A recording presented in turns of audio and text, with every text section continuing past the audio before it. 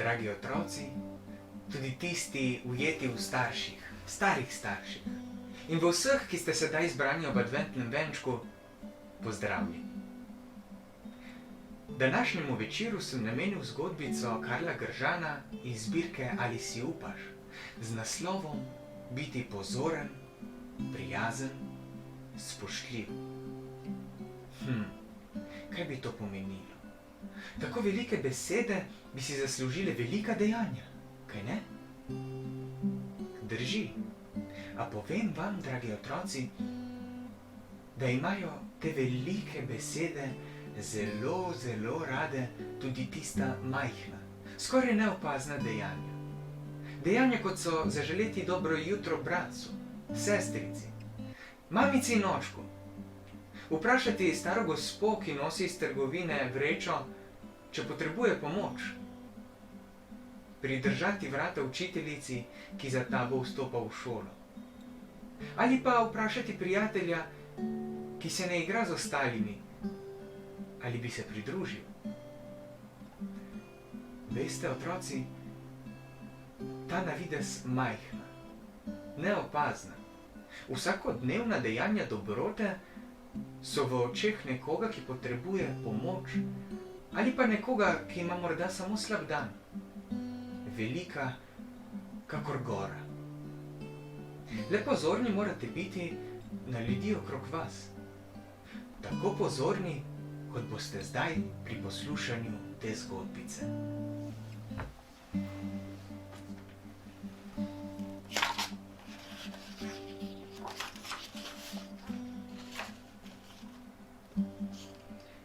Odzvonilo je. Po hodnikih je završalo življenje in se zlilo k izhodu in potem naprej po cestah in stezah tja, ker so domovi otrok. Ema in Jaka, sedaj šestošolca, sta sredi dvorišča čakala mlajšega Luka. Prismejal se je, se globoko priklonil in prijazno pozdravil. Dober dan, moja draga prijatelja. Ema in Jaka sta se spogledala in v en glas vprašala. Kaj pa ti je? Nič, je razigrano pribil Luka in razložil. Samo ravnam, kot smo se danes učili. Zafrkavati prijatelje? Ne, sploh ne, je ugovarjal Luka. Danes smo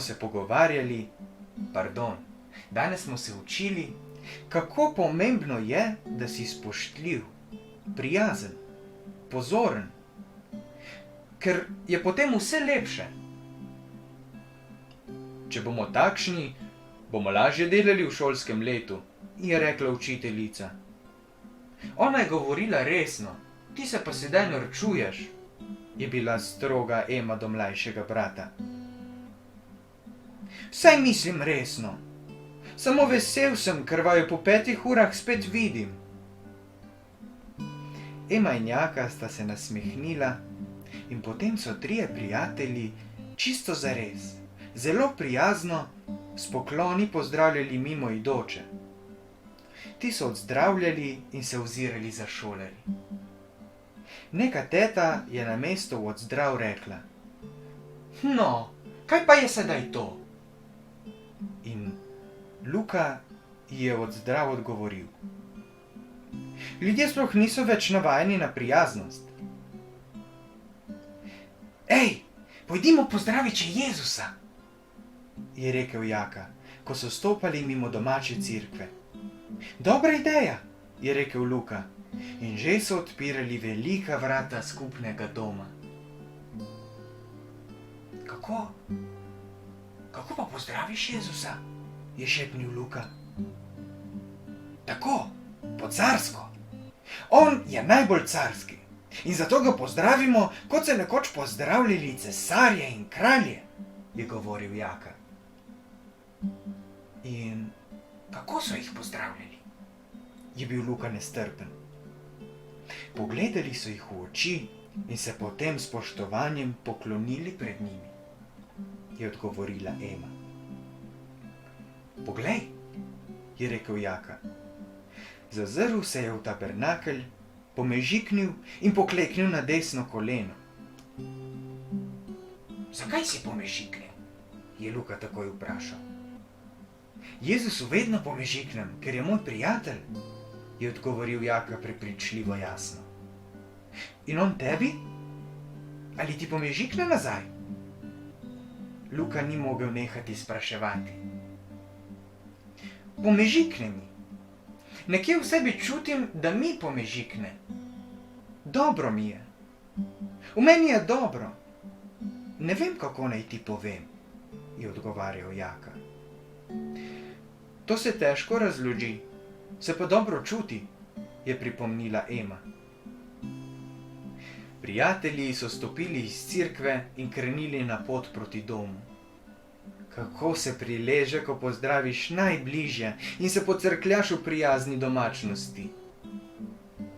Proti večeru so 3 prijatelji dobili na obrežju reke. Sedli so na prod in namočili noge v žuborečo svežino. Izza oblakov so žarki svetlobe poiskali otroke. V valovanju so se priigrali k njim in jih objeli v svoje naročje. Ema se je zdrznila. Ali vidva sploh vesta, na koliko prijaznih načinov nas pozdravlja ljubi Bog in nas pocrta?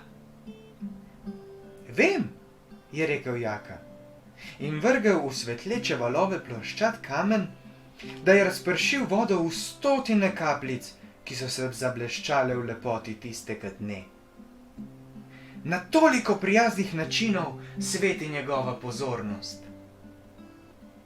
Naša učiteljica je rekla, je začel Luka, pa ga je Jaka prekinil, da je lepše in lažje živeti in kaj potrpeti, če se tudi mi trudimo za pozornost, spoštljivost in prijaznost. Deliti jo in jo sprejemati.